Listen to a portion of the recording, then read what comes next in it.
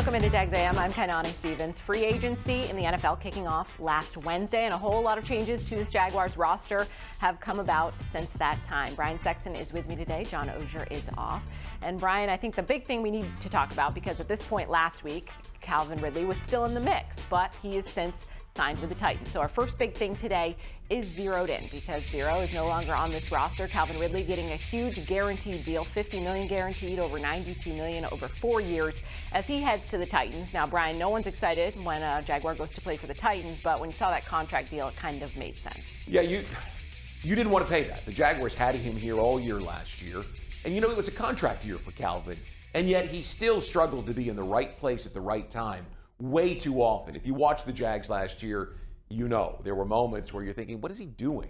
So if he's going to get $50 million guaranteed dollars to go to a place where he might not be in the right place at the right time with a quarterback who's not that accurate, I say good luck to you, Titans.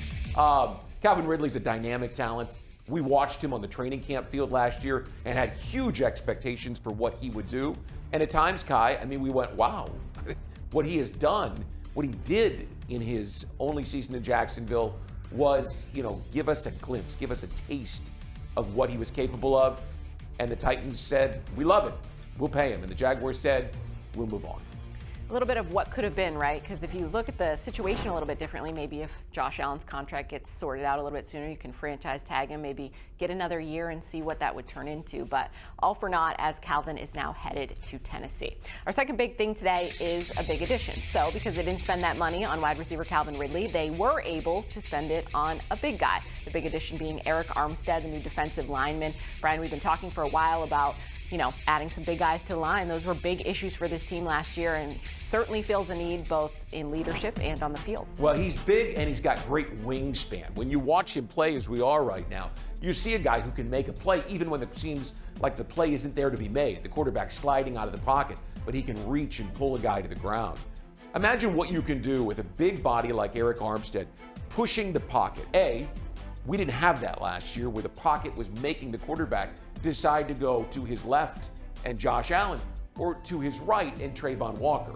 So what you've got now is quarterbacks, if there is not a lot of time to throw the ball, are going to have to get on the move, which should set up the edge guys to make even more plays. And the other thing I think is really interesting is what you can do with two guys with great wingspan. Both Trayvon Walker and Armstead are tall, have great length of shoulder, length of arm, and are guys who can make plays. I think it's going to be really interesting to see how Ryan Nielsen dials up different games and stunts with those guys on the same side of the line. Absolutely. One final big thing for us today, receiver rumor. Now, there was some talk of fellow 49er Brandon Ayuk possibly getting traded over here, but now the focus kind of shifting to the draft. Is a wide receiver in the mix for 17, because this is a deep wide receiver draft. Do we think that the team is done yet, Brian, or is this something where they're going to try to make a trade happen, or are they already focusing on the draft? Well, I don't know how you get anything. Listen, I don't know how you got what you got done last week with as little cap room as they had, and with Josh Allen sitting there at $24 million on the cap. I don't know this, but I would guess that they can't do anything more, really, until they get something done with Josh Allen. And they have until July 15th, which is when they either have to stick the tag on him for the rest of the year or get a deal done to get that number down. And if they want, they can go play there. But, Kai, look, the draft is filled with receivers. College football now plays the passing game that the NFL does. So receivers, I don't want to say they're a dime a dozen, but you can find good receivers later in the draft. If you have a chance at a Marvin Harrison Jr., a Rome Odunze from Washington, all right, then maybe, because that looks like a game changer. But where the Jaguars sit and where need is for them, we've talked about this, they have one offensive tackle under contract beyond this season. One. Cam Robinson and Walker Little's deals expire at the end of 2024. So you're going to want to go and get a young tackle somewhere in the first 2 rounds. They need a corner also. What they've got will last for now, but you want a young corner to develop opposite of where you're sitting. So I can't imagine that they're going to spend a whole lot of time at wide receiver on 17 unless the unthinkable happens and one of those guys starts to drop down the board and they say, well, what will it cost to go up? But I would say that receiver's going to be done until the draft. All about how the board falls. So we still got a couple of weeks as we look forward to the draft in April, try to figure things out exactly what they're going to do. Stay with us here on Jags AM. Coming up after the break, we're going to hear from some of those new additions from free agency.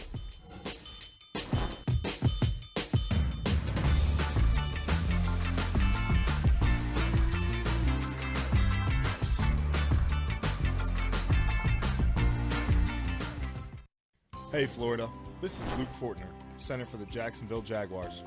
We all know the rush of a good game, but there's no winning with aggressive driving on our roads. It's all about strategy and control. Embrace the space with the driver in front of you, go the speed limit, and use that blinker. These are the moves that make us all champions of the road. Target Zero is our game plan for safer roads and is a testament to our teamwork and dedication. Join me and let's get everyone home safely every single day. Mr. Chubby's Wings is a whole lot more than just wings. Craving the ultimate game day experience? Look no further. Swing by Mr. Chubby's and indulge in the biggest and best wings in town, all while soaking up the lively atmosphere with fellow sports fans. With plenty of game day specials and locations on the West Side, Fleming Island, Ponte Vedra Beach, and new this season, Everbank Stadium, they're here for all your game day needs. Mr. Chubby's Wings is a proud partner of the Jacksonville Jaguars. Mr. Chubby's Wings, before the game, after the game, and during the game.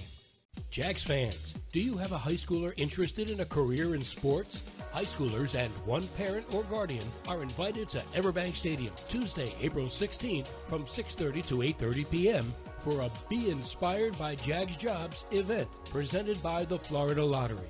Listen to a panel of Jaguars employees who received Bright Future scholarships, plus meet a player, win prizes, and more.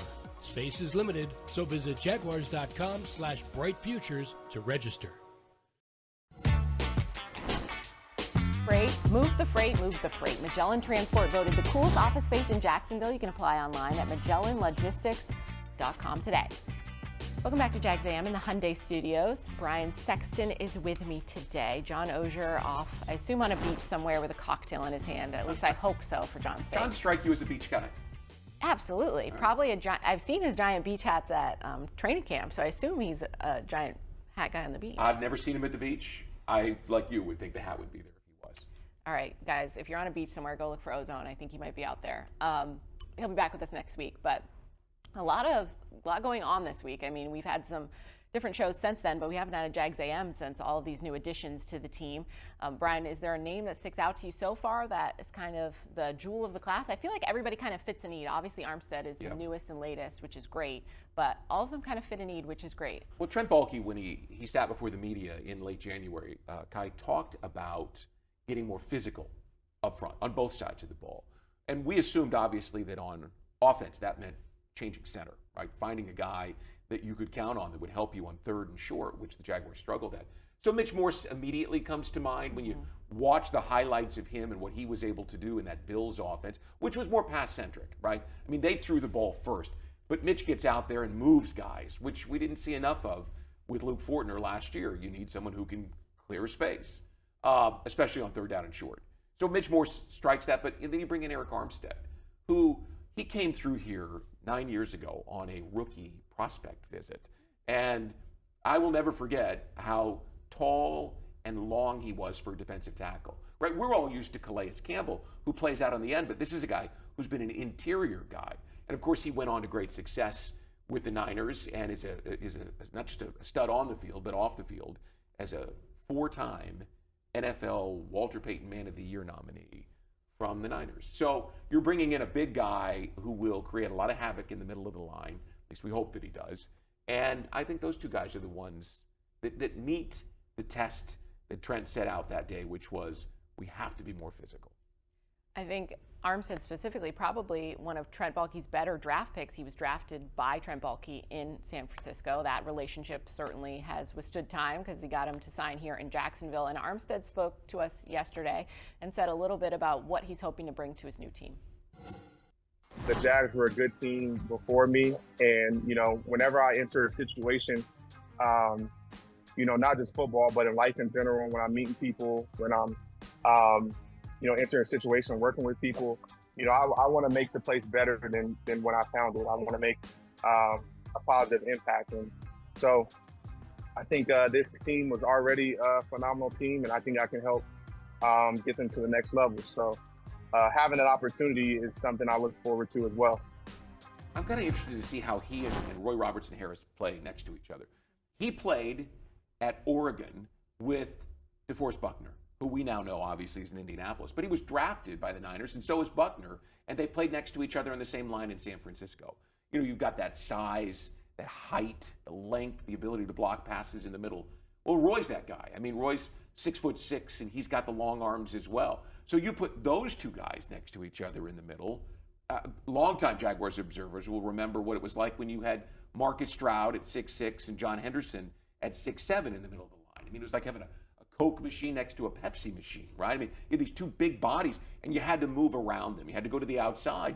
And now on the outside here, you've got Trayvon, who's tremendous against the run, and Josh Walker, who's a playmaker in every aspect. I mean, the defensive line took a big step forward, getting a guy like Eric Armstead. And I think if you get Devon Hamilton back to himself, now you've got a game change up where you can completely flip the script and move things around and create some havoc.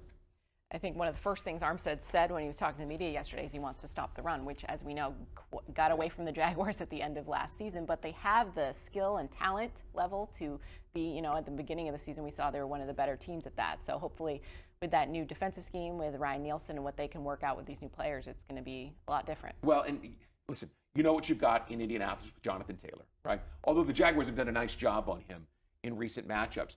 And you're grateful that Derrick Henry has moved on to Baltimore, and you don't have to face that runaway train. Although Joe Mixon now is in Texas, and he always gave this franchise problems when he was with Cincinnati. So Houston has him, and you just better buckle up because it seems that every particular Sunday afternoon in this division, what is it, Tajay Spears, the kid in Tennessee, you better be able to stop the run in the South. Got some mobile quarterbacks as well to also keep an eye on. Yeah. So some of our other additions, Gabe Davis coming down from Buffalo, he said he was pretty excited just, when he saw some of the team names coming in, when he saw that Jacksonville was one of the teams that called, that was kind of a relief for him. As soon as I heard Jacksonville, I was like, thank God they called. I was like, thank God. I wanted to come back to Florida. I wanted to be around, guys that I knew, coach that I loved, and, the team's great. Shoot, we can never beat them. You know what I mean? So came here, and soon as they sent it in, negotiations win, and then boom, I was like, yeah, I'm a Jaguar, man. Pretty easy decision. When you look at him, people wanted to compare him to Calvin Ridley. How is he going to compare, numerically, catches, yards, touchdowns? I would offer to them to look at it a different way.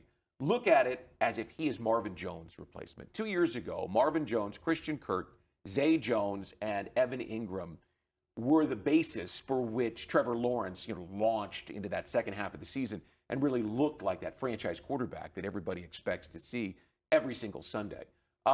Gabe is taller. He's got longer arms. I don't know that he's faster, but he's at least as fast as Marvin Jones is, and has been a clutch guy in Buffalo, the last couple of years. So I think that it is, I get it. Calvin Ridley is one of those guys that can put up 1,400 yards, and I don't see that. I mean, Gabe's never had 1,000. But if Gabe is a 70-catch, 900-yard, 8-touchdown guy, well, then he's completely productive in this offense because we saw Trevor Lawrence comfortable, willing to drop back, hit his back foot, and find who's ever open, not try to force the ball to Calvin Ridley, which honestly, it felt like at times last year, they were trying to force feed, and that didn't work. So I think that they go back a bit to 2022, where it's simply everybody is functioning in the offense. Whoever's open, that's where the ball is going. And that's the best success we've seen so far with Trevor Lawrence, obviously not feeling the need he needs to go somewhere in particular, but having those options open to him seems to open up the offense as a whole. And before we say that Gabe Davis can't do what Calvin did, he had 27 touchdowns in 4 seasons, and he wasn't the go-to guy. That was Stephon Diggs. So you've got a guy that's used to getting the ball in the red zone. He had the 4-touchdown game in the playoffs when they played in the AFC Championship game in Kansas City a few years ago. This is a guy who knows how to make big plays. And you bring him in now, it'll be interesting to see how long it takes to develop the chemistry with him, between Trevor and him. Because you know Christian, you know Zay, you know Evan. But you get the sense that this is a guy who's going to get open. And even if he's not, because 50-50 balls, right? It looks like he's got the size and the length to go take that away. And we've talked about the team not really having that right now. That big receiver that can go up and take the ball from somebody else. Right. And that's a new, talent and skill. An element that you're looking for is that tall receiver. Absolutely. All these players seem to have one thing in common. They all come in from winning franchises, winning teams. They know what that's going to take to win. Even Ron Darby talking a little bit about his previous experience with Doug and why that made him want to come and play on this team. I've been saying it all day. He a straightforward coach. Like, that's all you ask for in a coach. You know, he gonna make sure you work hard. He gonna make sure, you know, things get done the way they need to get done. And he like to win just as much as the players. And like I trust in his schemes and he has success. Like he a great coach.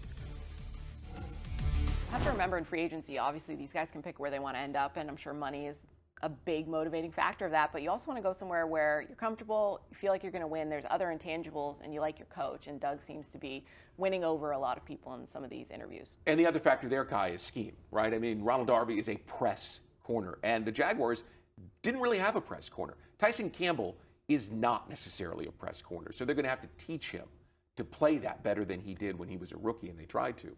With him, Ronald Darby, that is to say, you've got a guy that knows the scheme, that's going to come in and do exactly what Ryan Nielsen wants to get done. He's 30 years old. He's a guy who's won before. You mentioned he was with Doug and won a championship. So that's why you think, well, all right, in the first or second round, if one of those corners is available, we all know the names, you've got to go get yourself one of those so they can learn from Ronald Darby how to play the position at the NFL level and how to play this scheme. I'm so excited to see what Ryan Nielsen actually does with all of this, because we're getting all these new parts. It's looking like a completely different situation. Obviously, we'll have to see what that looks like in training camp, but it's just going to be a totally different vibe for this team. Yeah, I would imagine that Ryan's having a little trouble sleeping. He's so excited about some of these guys. Right? Listen, when you walk in and you've got Josh Allen and Trayvon Walker, 27.5 sacks, the most productive 1-2 tandem in the league last year. Now you get some strength up front, not just a little strength, but a big, strong guy. If they can push the pocket and force guys outside, now you can get more production. Quarterback's going to be jumpy. They're going to throw the ball up, which means there's more opportunity for turnovers and takeaways. We didn't talk about Darnell Savage coming in and what that means for the rest of the guys on the back end there. There's some versatility. Now, there's some question marks still, right? But there's enough pieces that he can go out and do what he wants to do. I feel like there's enough veteran talent there to hold it together, but then also the young guys are going to get a chance, right? If it's Antonio Johnson or whoever it might be on the back end, to kind of see what they're going to be able to contribute going forward. Even Andre Sisco, some of those people you're going to, Tyson Campbell, whether you're going to want to re-sign them long term, these are big prove-it years for them. The name that you said that has me most excited is Antonio Johnson, because we saw him at training camp last year, and you saw a guy who was comfortable, right? Just coming out of Texas A&M, was comfortable on the field with what they asked him to do. He had the ankle injury and just wasn't healthy. But late in the year, he was blitzing, right? He was playing back in coverage. He could do anything you want him to do. He's big, he's fast, he's got great length, which means that he is a problem for smaller receivers, and he can step up and play the run. He's going to be on the field a lot. A good young talent for sure. Stay with us on Jags AM. We will be back and we'll answer some of our fan questions after the break.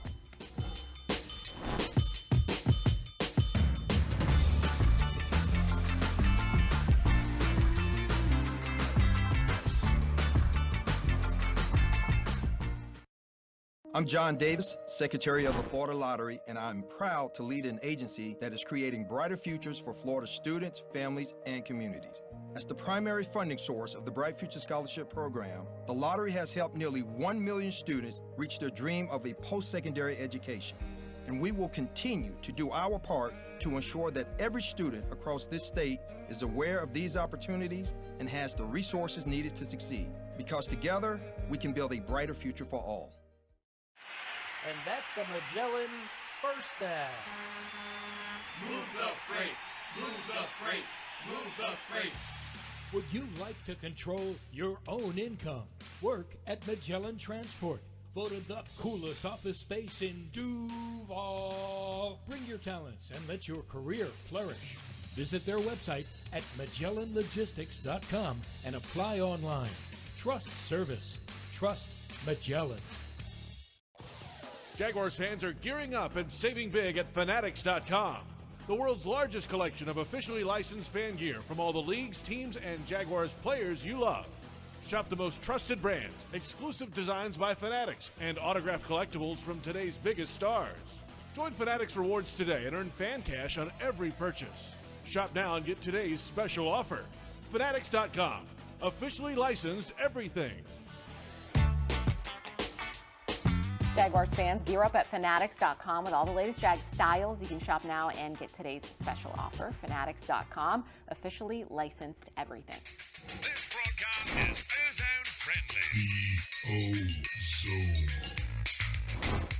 We We don't have our guy with us today. We're going to do our best Ozone impression and try to answer some of these Ozone questions presented by Fanatics today. Because obviously viewer questions do not halt just because John Ogier is out at the beach. So people have things to say. People have things to say. People have questions. We're going to start out with Joel from Jacksonville.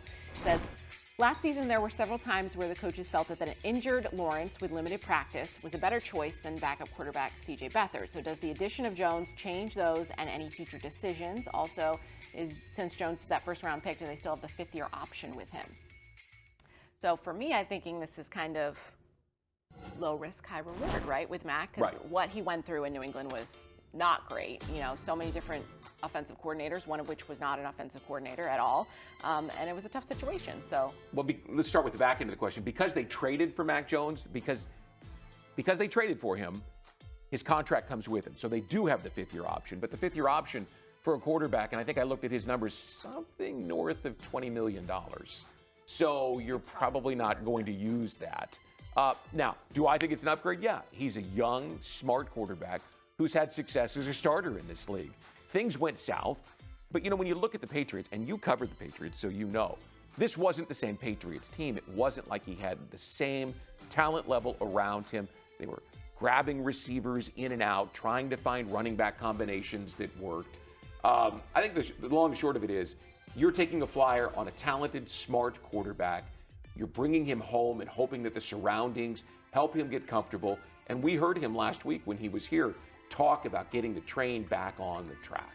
So he's obviously motivated to come in to a quarterback-friendly system and see if he can become the best version of himself. This is something to me where if you can rebuild his confidence, you can get something out of him. And without a doubt. Doug Peterson. Now, do you mean get something out of him on the field, or perhaps be able to convert him into a draft pick? I'm saying it based off knowing what the NFL is currently, as many games as they play. Your backup can be a huge difference. We've seen it on several different teams last year. I mean, the Browns, the Bengals, we saw. That can play a role. If Trevor is hurt, Trevor misses 1 or 2 games, that can be the difference. We would have made the playoffs if you win some of those games. So I think that Mac can play a huge role, being given that confidence, playing for a former quarterback like Doug Peterson, because a lot of Mac Jones' issues, the back end of that, were just having no confidence in yourself. When you're going out there as a quarterback and you don't think you can do it, you're not going to be successful in the NFL. Look, he's got more experience than C.J. Beathard. Even though Beathard's been in the game longer, he was a starter. Beathard has, 12, 13 starts under his career. This guy has started for 2.5 seasons in the NFL. He was a first-round pick for a reason. He was hyper-productive at the top of the food chain in college football. I mentioned smart, and he was a 4.0, academic All-American. So you bring him in and give him a chance to supplant. He's going to cost more than C.J. Beathard, but he's a guy that you can perhaps, as we mentioned, reclaim and have a guy on the field that can get it done. And then you don't know what the market does. Maybe you've got him for 2 years, or maybe you get him to a year or 2 of the contract and someone comes and says, I'll give you a 3rd-round pick. I need a quarterback. And then maybe it works out best for everybody. An intriguing option for sure. We'll see what Doug Peterson can kind of work with Mac. Another question from Fanatics, fan questions for Ozone Mailbag, is going to be Nick from the Palm Coast. He says, with our new defensive scheme, who covers Ridley 2 times a year? Do we just get up on the line and play physical with him because that's shown to be less productive for him when he's been harassed a little bit at the line? Well, Ryan Nielsen plays press, right? And press means you're at the line harassing. I would think that this would be Tyson Campbell, not only because he's the best corner the Jaguars have right now, but we watched and we talked a lot about watching Calvin Ridley and Tyson Campbell lined up one-on-one against each other and how much fun it was. Anyone who was here at the open training camp practices last year remembers watching those two. And that was, of course, Calvin at his peak when he was playing so well in training camp, when all eyes were on him, all cameras were trained on zero there. So I would think Tyson Campbell, because he knows him. He practiced against him every day last year, and they were some of the most fun moments during training camp. Now, they could draft somebody, right? And if they do, give him the opportunity. But I would think Tyson would be the guy. Curious, lining up with Hopkins, it's like pick your poison a little bit. Then also how the Titans end up using him, because Calvin talked, I think, a little bit in his press conference saying he didn't really get to play different positions while he was here. I mean, he kind of just, went deep most of the time on the edges, didn't cross over. I mean, Christian Kirk's the slot guy here, so he wasn't going to get those opportunities, but maybe they'll utilize him in that way. We'll figure it out. Another guy that I think has the ability to play a little bit of corner, and as a nickel he might, and that is Antonio Johnson. And he's got the length, and especially the strength to play at the line of scrimmage, to play a bit of press, well, that would be fun. Calvin would probably really not enjoy the afternoon with Antonio Johnson, as long and lanky as he is, in his face the whole game, harassing him at the line of scrimmage. Here's hoping. I'm sure that's exactly what Jaguars are hoping happens. Stay with us here on Jags AM. We're going to take a quick break and talk about what will be coming up the rest of the week.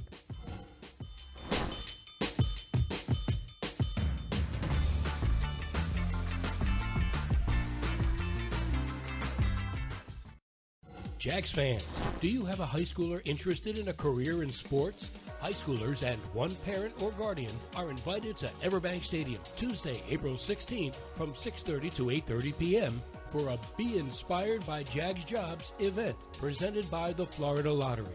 Listen to a panel of Jaguars employees who received Bright Future scholarships, plus meet a player, win prizes, and more. Space is limited, so visit jaguars.com/brightfutures to register.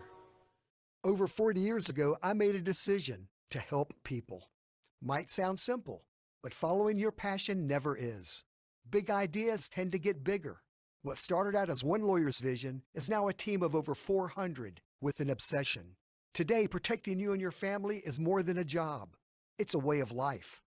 Over 40 years ago, we set out to build a law firm. It's clear now that what we've built is so much more. I'm Eddie Farah, Jacksonville. Don't make a bad call when it comes to servicing your home. Cooling off with a baby pool in the house to fix your air conditioning problem is a bad call. Trying to catch a wave in a flooded bathroom is a bad call. Using a burning electrical panel to make s'mores is a bad call. The next time something goes wrong, make a good call to Donovan. Whether you need air, electric, or plumbing service, Donovan is always a good call. It's why we've been trusted by our customers for almost 40 years and why you can trust us to deliver fast, reliable service to your home. Donovan, always a good call. Visit DonovanAC.com today. Join us on Tuesday, April 16th from 6:30 to 8:30 at Everbank Stadium for the Be Inspired by Jags Jobs event presented by the Florida Lottery. You can register now at jaguars.com/brightfutures.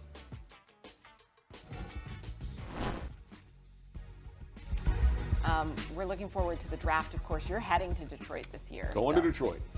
See if they can do as good a job. Kansas City was outstanding last year. You're a little impartial to Kansas City. I am, so I'll tell you that the place I think that's done the best job with the draft is Nashville. Okay. It was there in 2019. That was like the party year. That was the Josh Allen draft. If you've ever been to Nashville, you know Broadway. They had cameras strung all the way up by the hockey arena that went all the way down to the very end of Broadway, running back and forth. Nashville's just a great city to go and have a good time in, and they did an amazing job. Kansas City wasn't that far behind. And yes, I am impartial. No, I'm sorry. Partial. I am partial to Kansas City because it's home, but they did an exceptional job. And of course, you know, when you walk out with the trophy to start every night and the crowd goes wild, it gives it a vibe that most places don't have. Absolutely. Detroit will try. We'll see what they can put together. Well, they had a really good year. It's going to be good. Yeah. It's going to be eventful no matter what, just their fan base alone, I'm sure. So that's exciting. We'll be, of course, looking ahead the next couple of weeks, giving you an idea of where the Jaguars may go with their draft picks. But thanks for joining us on Jags AM. We'll see you again next week.